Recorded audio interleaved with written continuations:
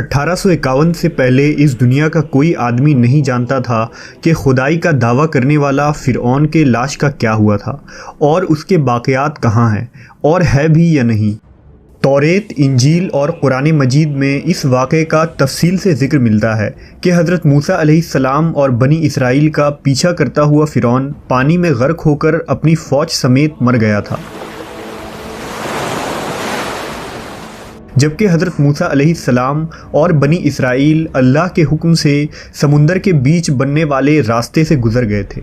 اس کے بعد فرعون کا کیا ہوا تھا، اس بارے میں بائبل اور توریت خاموش ہے، لیکن قرآن مجید میں اس کے انجام کے بارے میں ایک بہت ہی عجیب بات کہی گئی تھی جس کی کسی کو سمجھ نہیں تھی کہ اس کا کیا مطلب ہے۔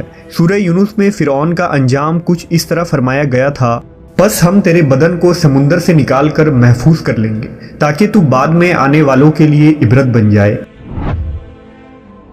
یہ واقعہ آج سے 3500 سال پہلے پیش آیا تھا۔ دراصل فرعون کے سمندر میں ڈوب کر مرنے کے بعد سمندر نے اس کے جسم کو اللہ کے حکم سے باہر پھینک دیا تھا، جبکہ باقی لشکر کا کوئی نام و نشان نہ ملا۔ مصریوں میں سے کسی شخص نے ساحل پر پڑی اس کی لاش کو پہچان کر اہل دربار کو بتایا۔ فرعون کی لاش کو محل پہنچایا گیا۔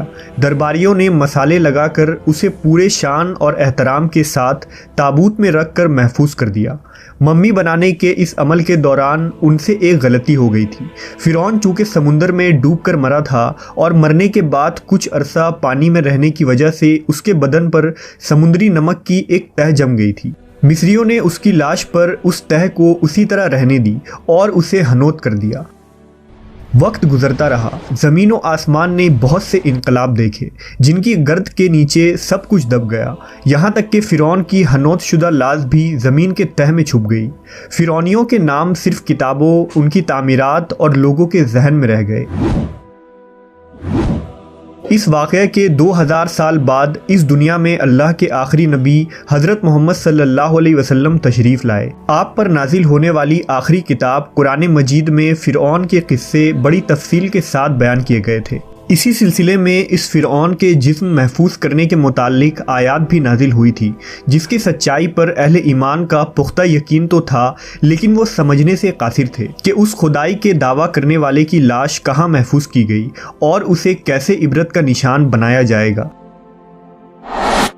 سن 1871 عیسوی میں مصر کے ایک شہر الغورنیہ سے تعلق رکھنے والے ایک معمولی چور احمد عبد الرسول کو فرعون کے ہنوت شدہ لاشوں کی طرف جانے والے خفیہ راستے کا پتہ چل گیا۔ وہ اس سرنگ سے داخل ہوتا اور اندر رکھے فرعونیوں کے قیمتی سامان چوری کر کے بیچا کرتا تھا۔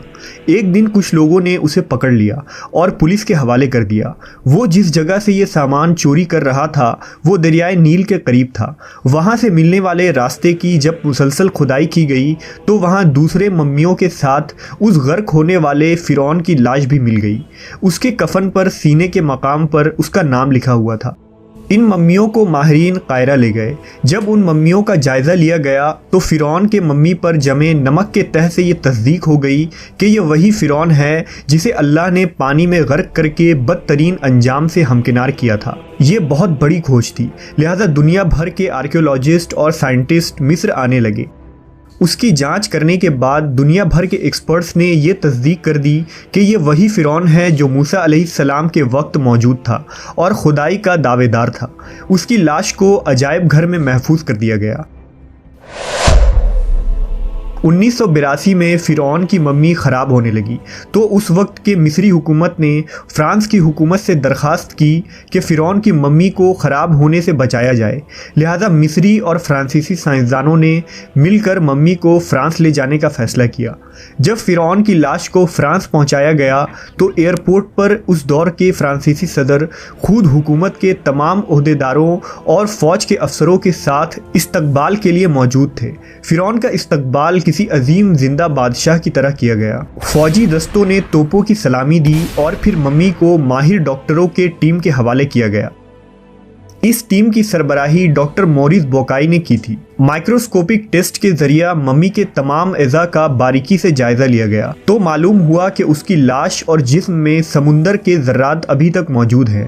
ڈاکٹر موریس نے اس ممی کے بارے میں مزید جاننے کی کوشش کی تو انہیں معلوم ہوا کہ اس ممی کے متعلق مسلمانوں کے نبی حضرت محمد پر اتری کتاب قرآن میں تفصیل سے واقع درج ہے۔ انہیں علم تھا کہ جہاں سے یہ لاش ملی ہے وہ ایک اسلامی ملک ہے، لہذا تجسس کے ہاتھوں مجبور ہو کر وہ مصر پہنچ گئے۔ چونکہ وہ ایک سائنسداں تھے لہٰذا انہوں نے مصر کے ہی ایک اور سائنسداں سے ملاقات کی۔ اس نے قرآن پاک کھول کر ڈاکٹر موریس کو سورہ یونس کی ان آیتوں کا ترجمہ لفظ بلفظ سنایا۔ فرعون کا خدائی کا دعویٰ، اس کا پانی میں ڈوب کر مرنا، پانی سے نکال کر اس کی لاش کا ہنود ہو جانا اور پھر دوبارہ لاش کا ملنا اور جدید سائنسی طریقے سے اس کے لاش کو محفوظ کیا جانا، ان سب کا اشارہ ایک جانب تھا اور وہ بہت واضح تھا: تجھے بعد میں آنے والوں کے لیے عبرت کا نشان بنا دوں گا۔